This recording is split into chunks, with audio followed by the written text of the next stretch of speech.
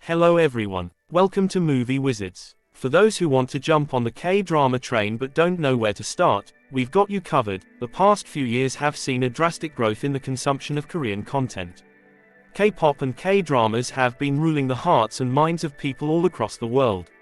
A lot of K-drama lovers have been pandemic or quarantine converts, and the Hallyu wave has well and truly planted its feet firmly globally.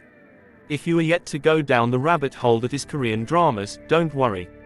We are here to lead you to a wonderland from where you would never want to come back. Most Korean content enthusiasts have spent many sleepless nights binging on dramas. For the uninitiated, we bring to you 9 Korean dramas that are the best to watch if you are a K-drama beginner. First on my list is Vincenzo. Vincenzo Casano, played by Song Joong-ki, is a mafia consigliere who goes back to his home country, South Korea, with a single goal: to tear down the Gyeongga Plaza building and claim his hidden gold. Well, actually, the real owner is a Chinese tycoon who passed away, but he's one of the few people who knows about it. In his attempt to take the treasure out from the building's basement, he meets an odd group of tenants. Because of this, Vincenzo's original plans change, and he somehow ends up fighting for the tenants' rights. Throughout the drama, you will see how Vincenzo is the ultimate anti-hero. Yes, he's ideal because he fights evil, but at the same time, he is one man who wouldn't bat an eyelash and will punish wrongdoers in the most brutal way you can ever think of. Let's just say that you can mess with anyone, except for Vincenzo. Now, if you think the plot is so serious, you're wrong. I end up wheezing every night because of too much laughing from this show. I swear, the characters are so chaotic that one single photo of them makes me burst into laughter whenever I remember a scene. Vincenzo is an action-packed dark comedy with a lot of plot twists. In short, this drama will toy with your emotions. Next on my list is Strong Woman de Bong Soon. Do you need a show with a strong female lead, an endearing male lead, and some cutesy chemistry? Strong Girl Bong Soon is the show to watch. Do Bong Soon was born with the hereditary superhuman strength that's passed along only to the women in her family. She dreams of making a video game with herself as the main character. Thanks to her strength, she ends up being the bodyguard of Ahn Min-hyuk, the CEO of a gaming company. As they spend time together, they fall in love and give us all the feels. This K-drama definitely breaks the stereotypes of the man always saving the woman. Bong Soon is the undisputed protector in this drama, which is so refreshing to watch. Next on my list is Descendants of the Sun. Descendants of the Sun is one of the most popular Korean dramas. It follows the love story of an army captain, Yoo Si-jin, and a doctor, Kang Mo-yoon.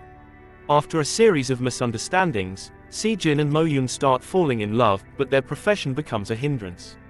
A chance meeting at Earth gives them a chance to rekindle their romance. After going through an earthquake, an epidemic scare, and several other challenges, the two find a way back to each other. This is another show where the bromance shines through. Master Sergeant Seo Dae-young and Yoo Si-jin are best friends, and it shows. Seo Dae-young's relationship with First Lieutenant Yoon Myung-joo is another highlight of the show. The drama is a healthy mix of humor, thrill, romance, and friendship. And don't miss the incredible OST. Next on my list is Kingdom. Rumors of the Joseon king's death, the dangerous political intrigue between the prince and the queen's family, a starving populace, and a plague on the horizon, form the backdrop to this hair-raising tale. The very first episode wastes no time in depicting the king, with great subtlety, as a flesh-eating monster. As tensions mount, Prince Lee Chang, played by the talented Joo Ji-hoon, tries to piece together what has happened, even as he must run for his life, accused of conspiring treason by the power-hungry Cho Hak-joo, the chief counselor. Lee Chang's very existence as the crown prince comes into question when the queen falls pregnant, since he is the son of a concubine. With his bodyguard Mu-yong, he seeks to root out the plague while chased as a traitor. Unlikely survivors of a zombie attack, a tiger hunter Yong-shin, the magistrate Byung-pal, and physician Seo-bai, join him in his endeavors. If you like horror zombie shows, then this is definitely a show you need to check out. Next on my list is weightlifting fairy Kim Bok Joo. At first glance, this drama seems like a typical school-college drama. But weightlifting fairy deals with deeper issues of body positivity, parental abandonment, eating disorders, and societal pressures young people face. It also has one of the cutest relationships. It's a coming-of-age story about a group of college athletes who are fighting for their dreams, experiencing and finding love in the process, and growing every step of the way. It features Kim Bok Joo, a gifted weightlifter, as she tries to gain success in her career. She has to deal with boyfriend, school, and friend pressures while staying true to herself. Next drama is one of the best K-drama in the K-drama land, Goblin. As the third highest rated drama in Korean cable television history, Goblin is not just a drama, it's a cultural phenomenon. The story follows the lives of 4 characters whose destinies are intertwined. There's Kim Shin, a goblin and protector of souls who is the landlord of the Grim Reaper, in charge of taking deceased souls. Tired of immortality, Shin spends long, lonely years searching for his human bride, the only person who can end his life. Then in the mortal world there's high school student Ji Yoon Tak, who is going through the most. Yoon Tak summons the goblin by chance, and ends up falling for him. There's also beautiful Sunny, who owns a chicken restaurant. This drama has the most beautiful storyline, soundtrack and cinematography. Prepare to fall in love. Next on my list is It's Okay to Not Be Okay. It's Okay to Not Be Okay will take on you on one hell of an emotional rollercoaster.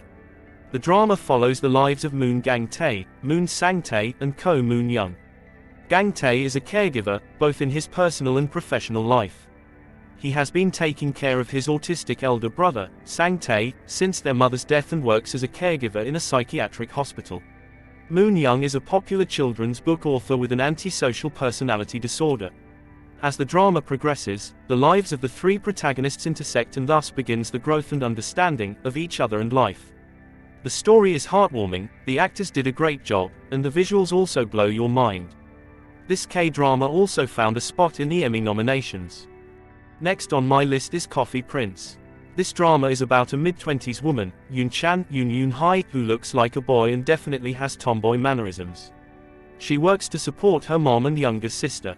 She ends up meeting a rich man, Han Gong-yu, who is about to turn 30, who's all play and no work. He has never had a proper job and has mostly just sponged off his grandmother's wealth. Fed up with his behavior, she makes him take over a rundown, dilapidated cafe and challenges him to renovate it and triple its profits in 3 months. The cafe is named Coffe Prince, and he decides that only men will be hired. Yoon Chan is hired by Han Yul, who thinks she is a boy. They develop feelings for each other, which makes Han question his sexuality. Here's another poor girl, rich guy coupling where both are a bit immature or lack knowledge of relationships. It's a common trope that I am not a big fan of. But the gender bending at least adds a different aspect to it. The series is quite amusing at times, and that is mainly due to Yoon Chan, who is a very likable character. Han is not as big of a jerk as his archetype typically is, which is nice for a change. While he definitely bullies Yoon Chan around, it's often more in a playful way, and she is more than up to the task of pushing back against him. And the last one in my today's list is Crash Landing on You. Crash Landing on You follows a wealthy South Korean woman who ends up in the demilitarized zone between North Korea and South Korea after being carried over the border by a tornado while paragliding. Yoon Shae-ri, played by Sun Yi-jin, owns her own fashion brand and is also a chaebol heiress. She disappears a day after her father chooses her to be his successor, taking over a sprawling business empire. With Shae-ri presumed dead, her incompetent brothers and their wives climb over each other for the chairmanship. Across the border in North Korea, another drama is unfolding. Shae-ri is discovered by Captain Ri Jeng-hyuk, played by Hyun Bin. The captain hides her with the help of his subordinates, whose inattention at their border posting resulted in her escape further into the country. While trying to avoid the attention of a corrupt officer and curious neighbors, Shae-ri has to learn to survive in reduced circumstances and without the luxuries to which she is accustomed. North Korea's authoritarian regime is presented in the slogans on buildings and street poles.